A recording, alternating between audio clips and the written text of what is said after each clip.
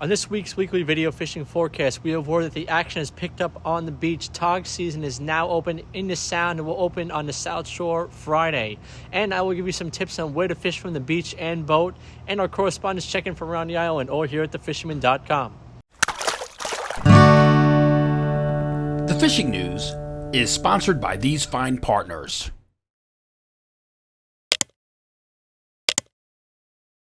Just a reminder that our reports are now indexed on YouTube, so you can skip right to the area you're interested in by clicking on the link on the YouTube description. This week's digital edition has a great article by Toby Lipinski on the subject of small boat togging just in time for the season. With tog season open on the North Shore and the South Shore on the 15th, some great spots to try are around Fisher's Island out on the east end. The North Shore in shallow waters has good potential as well. On the South Shore, hit the local reefs close to the beach before they get picked over. Opening days should be hot on these pieces. Now let's check in with Captain Timothy O'Rourke from Montauk. Tim. Thank you, Matt. Well, greetings everybody from Montauk. This will be a short report this week. As everybody knows, the weather's pretty terrible.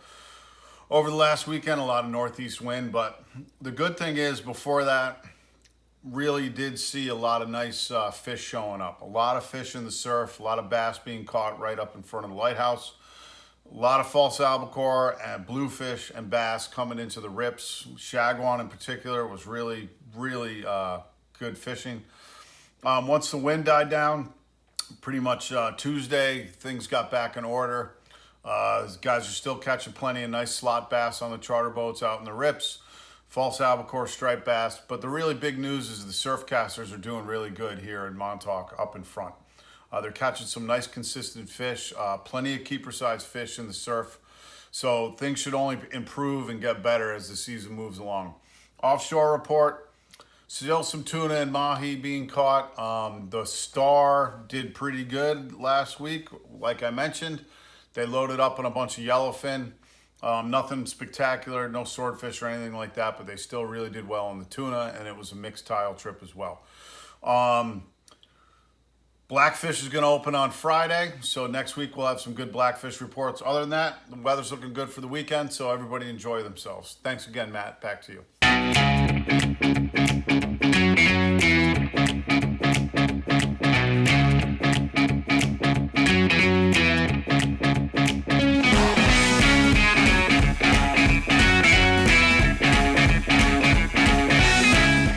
From Shinnecock, let's check in with Mike Dean with all the news from the East End. Thanks, Matt. Hey, everyone. Fishing's kind of been on and off. The end of last week, I got out for Albies with Steve Hyde and Jake Turner, and just one of these beautiful fall bluebird kind of days. And we saw a few of them, but we were really burned a lot of gas and a lot of, they're on the left, they're on the right, and by the time we get there, everyone knows the story, they've already gone down. Only a couple of sustained feeds. There were no birds working on any of the splashes that we were seeing, and it just seemed like they were just kind of cruising the surface versus that popping up on a crazy feed. Believe that it's they're feeding on larvae and they're not an actual bait ball. We didn't see any kind of significant bait balls out there, but so that was a fun day. And the bass was on and off before this blow off the beach. A couple of schoolies, a couple of nice sized, just about slot size.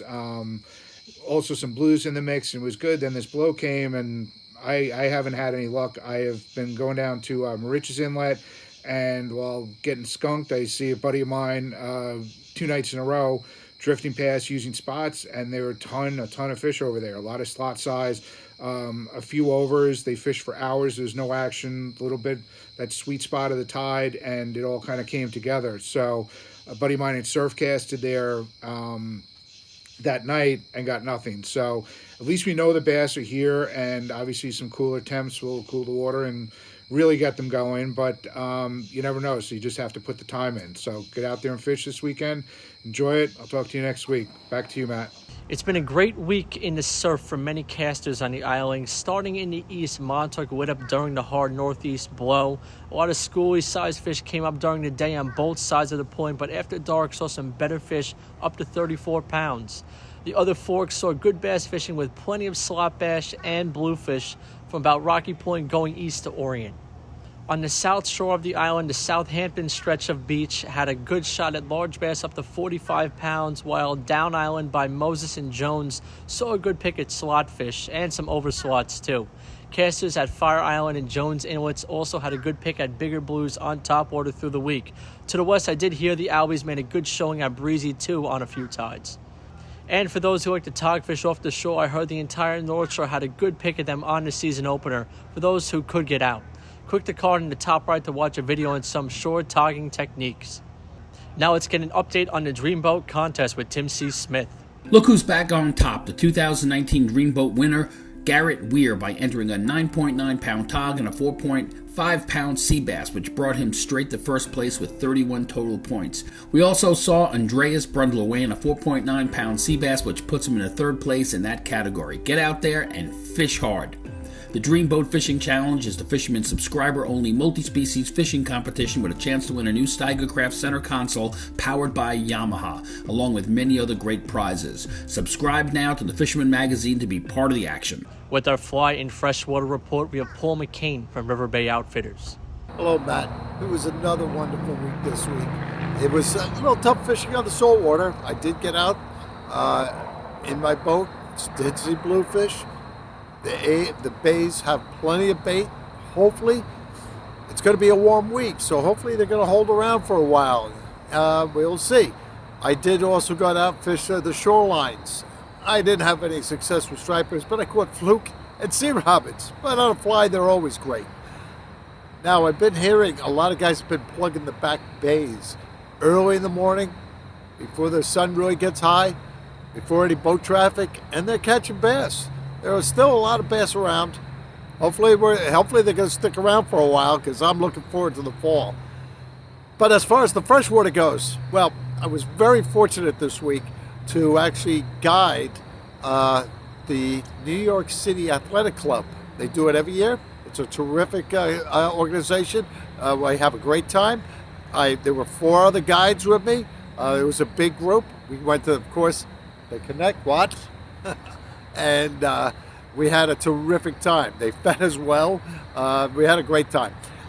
So the guides that I had was Brian Shepard, Mark Malinowski, Mark Wayne, my son Owen McCain, and myself. And we had a terrific time, treated really well.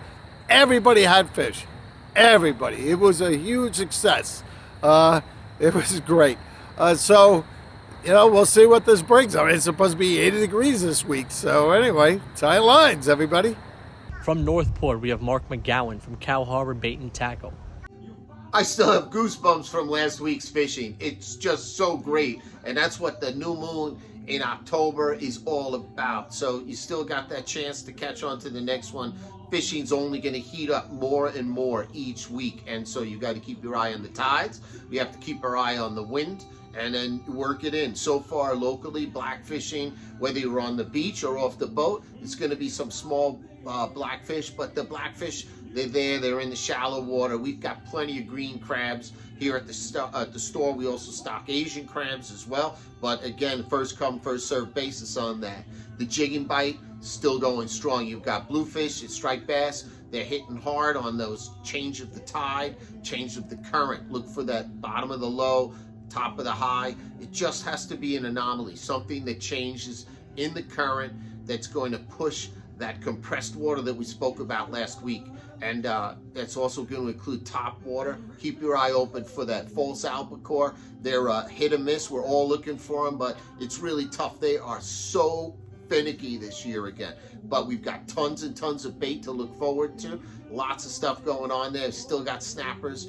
Bass have moved into the back of the harbors again as everything is starting to stabilize after that heavy east wind, but it put some really heavy tides, big high level tides in our area, and that made a big difference. It flushed a lot of the stuff inside the grass out, so these fish, they're going to start moving in closer. It's going to be great for the surf casters and even more fun for people on the boat. Remember, as we get more into August, the wind blows, so you want to get your timing down. You can always call the shop for any questions and advice. We've got a lot of it, and whether it's involved with safety technique or different types of fishing applications. Until next week, I bid you peace, tight lines. Dave Anderson of the New England Fisherman has an update on the Coastal Kayak Clash. Dave? This week in the Coastal Kayak Clash, there was only one relevant change, and that was Justin Oser upgrading his second-place Blackfish. There is no change in the standings, however, but it's worth mentioning that we still haven't received the first entry for a bluefish, which is Fish of the Month for October, so even if you catch a medium-sized bluefish this week, it might be worth putting it in there, because you might net yourself a gift certificate to yakattack.com. Thanks, guys. Take it easy. Let's check in with Chris Ludwig. Hey, thanks, Matt. What's going on, guys? So this last week, I spent all my time throwing jigs and other artificials at my local bridges. These are normally spots that I fish on foot, but because of the way the fish have been feeding, I had to get up on the boat and get a different angle on it. So I was fishing things like the no-live bait needed little mullet and things like the first light tackle snook jig, which is a flare hook. That's basically a bucktail, but instead of throwing a pork rind on there, it's got a long hair strand instead. And I did pretty well. We had fish between the range of 21 and 30 inches the past couple trips, so I can't complain about that.